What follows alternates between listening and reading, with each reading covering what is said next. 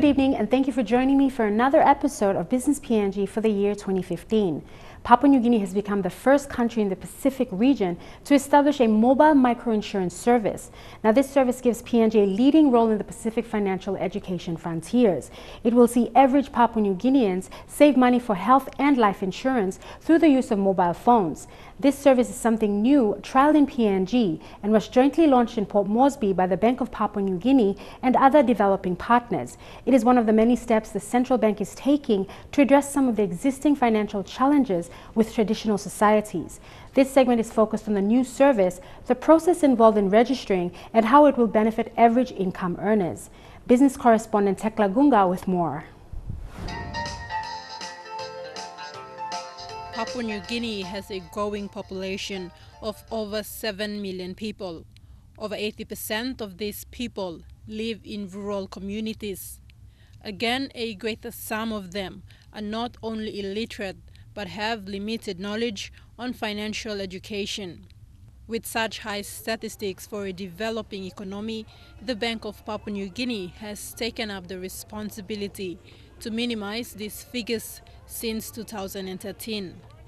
BPNG and its development partners like the Australian government through its Foreign Affairs and Trade Department, formerly known as Australian Aid, the European Union, United Nations organizations and international service providers have commenced training on financial education to enhance people's knowledge on the basics of financial education.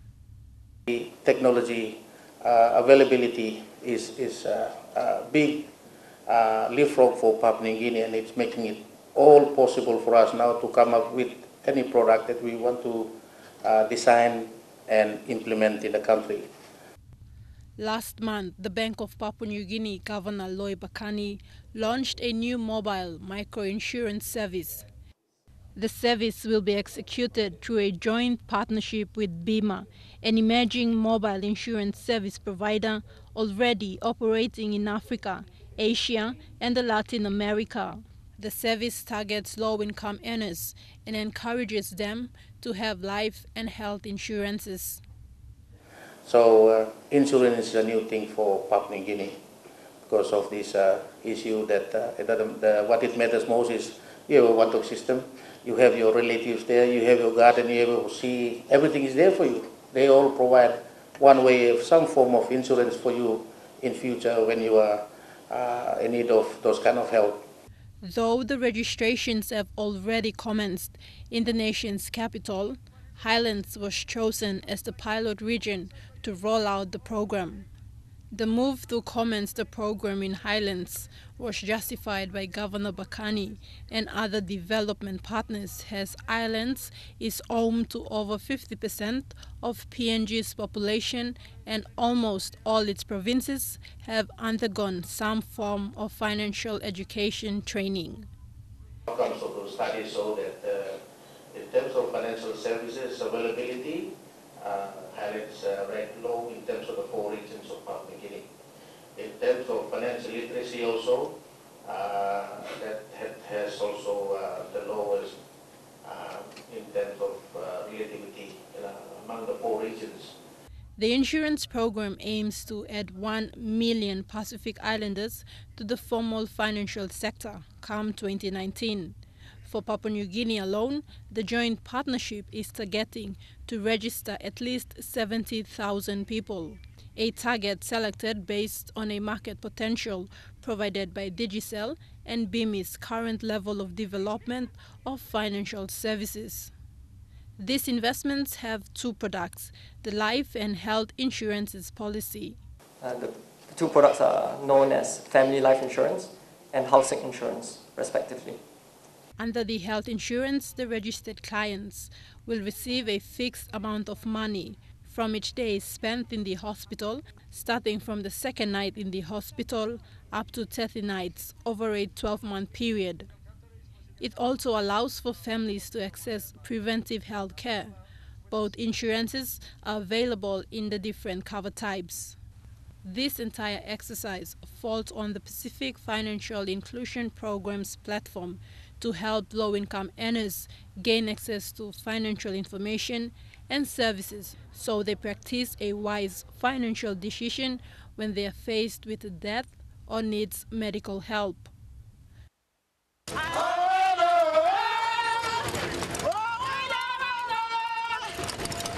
Though our tradition expects us to contribute money during ceremonial activities in our societies, it is also important to be financially stable. Thus, the financial education is expected to enhance people's knowledge to save money, venture into business, or invest in education. We feel very strongly those in the big bracket of the unbanked. And obviously this one will start off with people that have some form of income. But these days with the mobile phone very accessible to a lot of population in Papua New Guinea.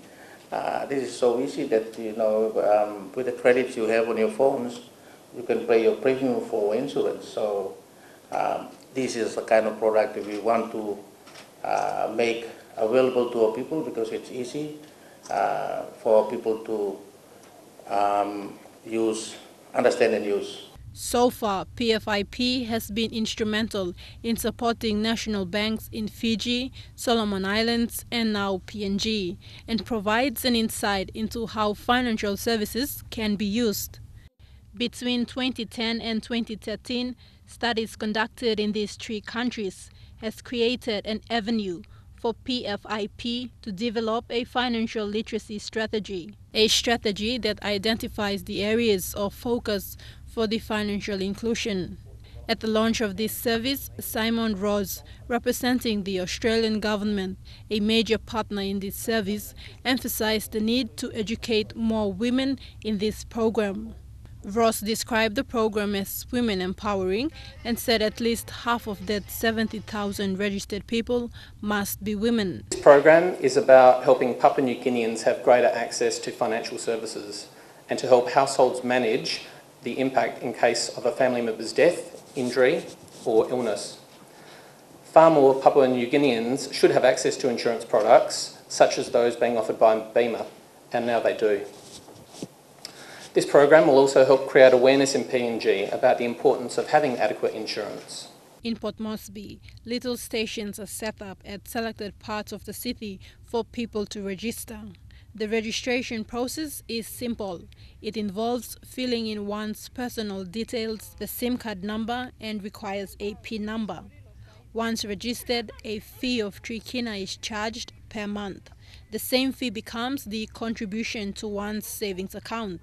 If the owner of the account loses his phone, he is encouraged to either get a SIM replacement or he can get a new SIM card and call up BEMA, verify his details, and the funds which he had already saved will be transferred onto the new SIM.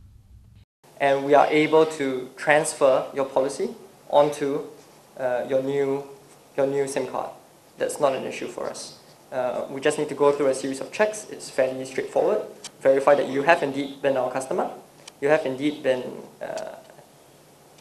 carrying an active insurance policy, and we can do a transfer. It's not an issue.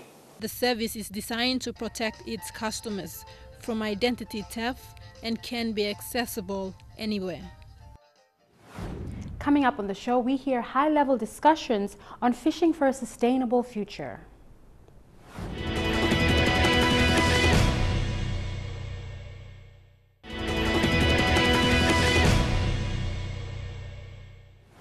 In the Pacific, ensuring the long-term sustainability of coastal and oceanic fisheries, both as a source of livelihood and a source of significant income, is a key challenge. Global wild fisheries are believed to have peaked and begun a decline, with valuable habitats such as estuaries and coral reefs in critical condition. We hear from experts from around the region as they discuss ways and means to address this issue. The global fish market is big business, worth almost $140 billion each year. Managing the world's fisheries, like many of our precious natural resources, is both challenging and complex, driven by factors including territory, conservation, culture, and revenue. in the Pacific, ensuring the long-term sustainability and viability of coastal and oceanic fisheries, both as a source of food and income, is a key challenge. Pacific Island governments are increasingly taking a regional approach to the management of these resources and are acknowledging the need to capture a greater share of fishing revenue while protecting the region's environment. But how can government and private industries work together to ensure the sustainability of fisheries? Are there other ways Pacific Island countries can capture a greater share of the revenue earned from fish captured in their waters? And is regional cooperation between the nations the best way forward? This specific subject was recently discussed as part of the Praxis Discussion series established by the World Bank office in Sydney, Australia.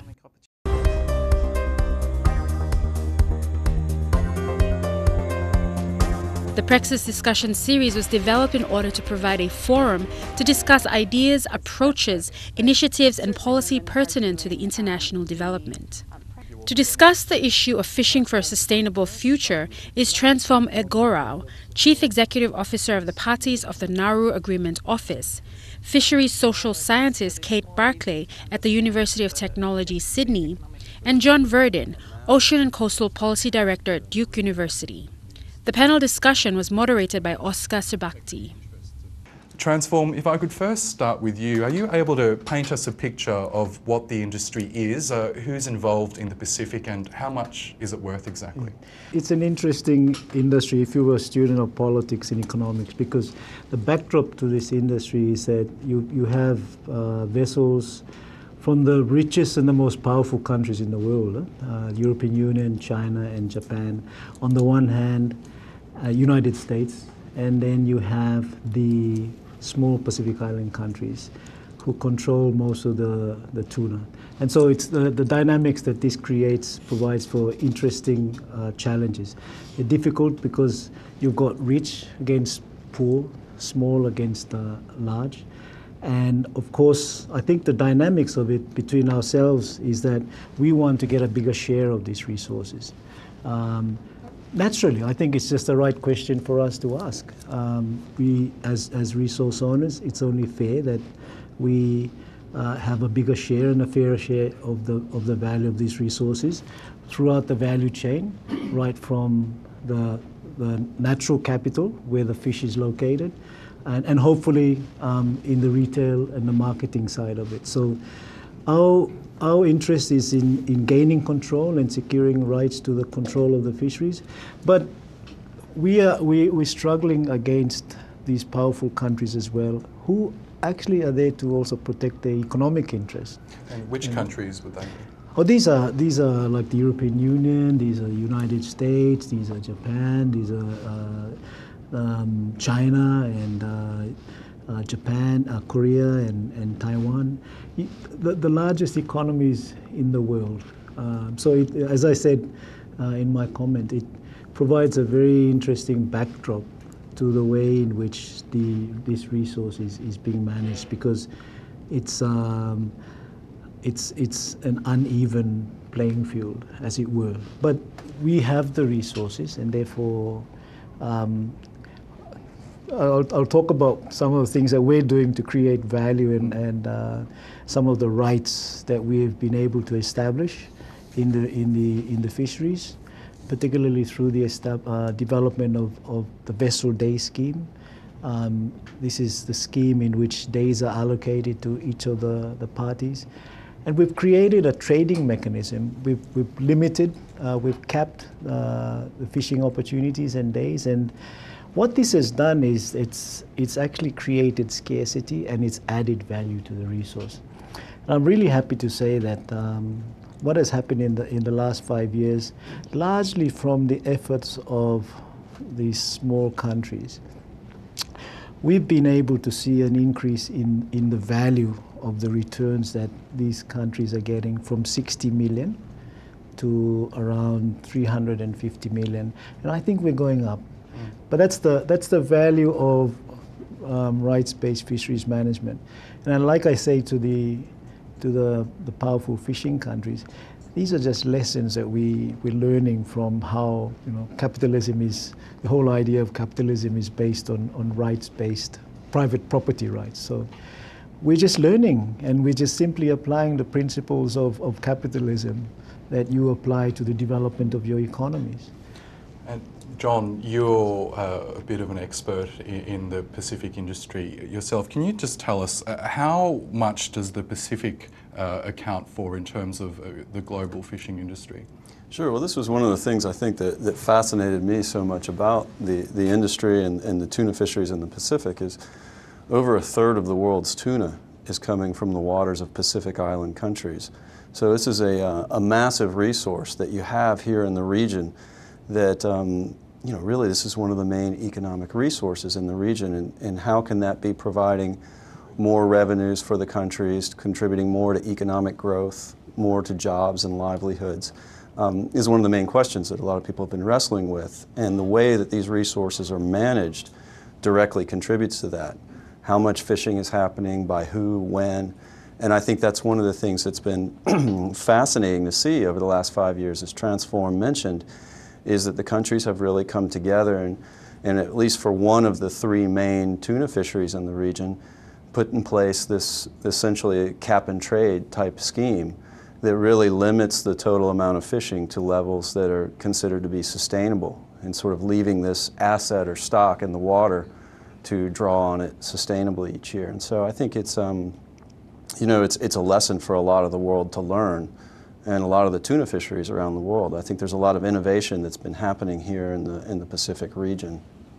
And Kate, over the years, we've often heard about the balance between the economic benefits of the fishing industry in the Pacific versus the environmental impact. But what you've been looking at more closely is the social aspects of the industry. Can you just briefly explain that to us, and why really that's been sort of ignored over the years?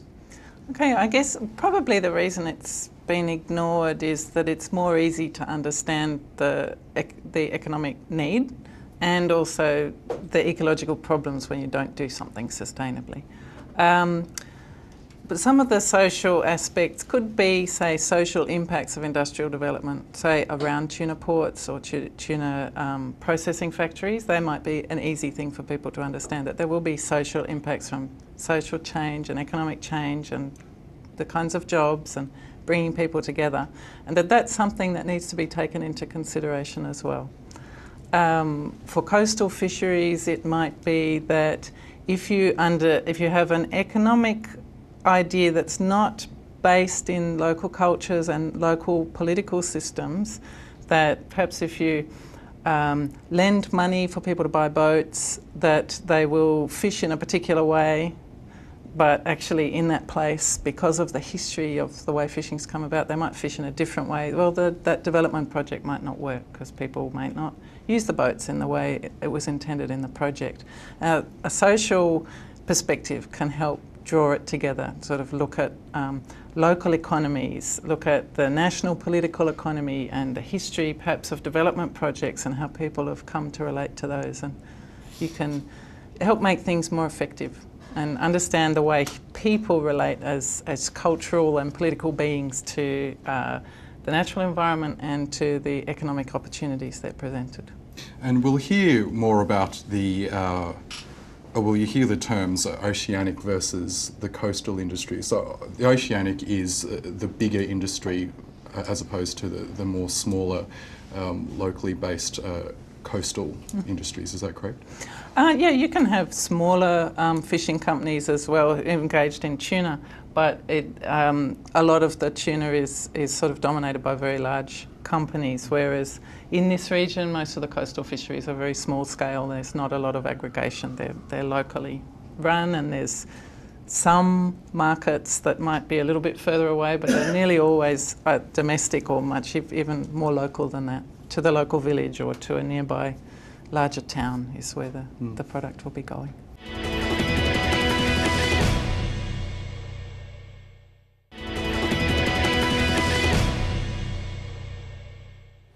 For the last month, EMTV's Bethany Harriman has been following the Pacific Maritime Industrial Zone that has caused protests from landowners over environmental concerns and land issues. Prime Minister Peter O'Neill, through a press release, said the government will go through with the project because it will bring in a staggering 6 billion kina in revenue. Before the Prime Minister's response, however, the landowners were getting support from Sumcar MP Ken Fairweather and Deputy Opposition Leader Sam Basil.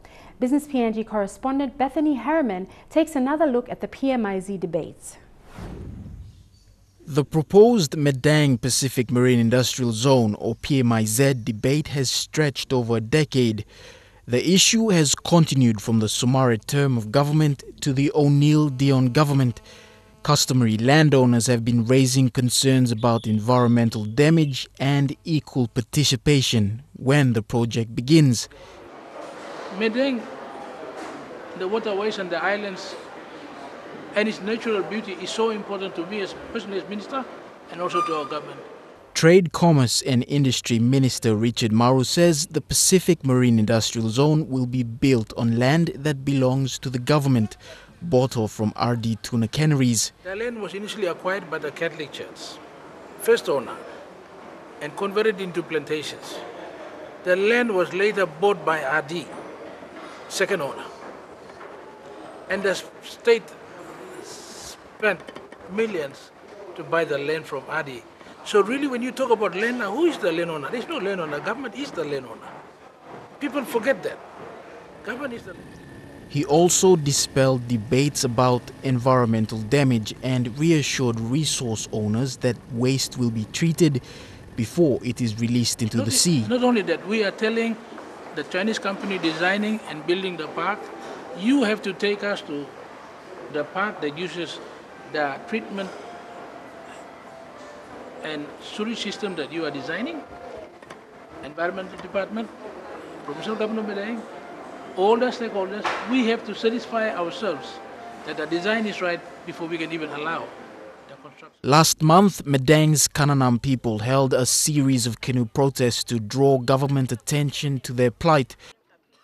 The customary resource owners have in the last 3 weeks held discussions at 6 impact villages to put together a petition to present to the government. When the petition was presented last week Tuesday, it nearly turned into a brawl. The petition calls for the Prime Minister Peter O'Neill and Medang Governor Jim Cuss to stop the PMIZ. It also calls on the Ombudsman Commission to investigate those involved in the project since it began. In support of the landowners' call for the Ombudsman Commission to step in and investigate into how the project funds, especially from the Exim Bank obtained by the government, has been expended in the PMIZ project. Deputy Opposition Leader Sam Basil has backed the customary landowners' call for the Ombudsman to investigate the PMIZ funds, money borrowed from China's Exim Bank. The Deputy Opposition Leader has also raised concerns about the legal processes agreed upon during the deal with the Chinese Exim Bank. The financier, the Exim Bank, under the conditions that the government have signed, that anybody wants to take any legal actions against them must be done in China. And I really think once again... Basil's support comes after that of Sumcar MP Ken Fairweather, who has been going against the idea since it was tabled in 2000. I find it fascinating that the government can borrow money from China to let the Chinese build it and then rent it back again, all provided by the state. The stance by people from Maiwara, Budup, Rewo and 3 other impact areas of the PMIZ project is to protect this environment that provides a quality of life they've enjoyed for many generations, while the government promises the people equal participation through integrated landowner groups. The story on the ground is very different. Sampla sampla kisi miles paper no lim stop. Na wene miles gulo government na wene miles mi pla lim question.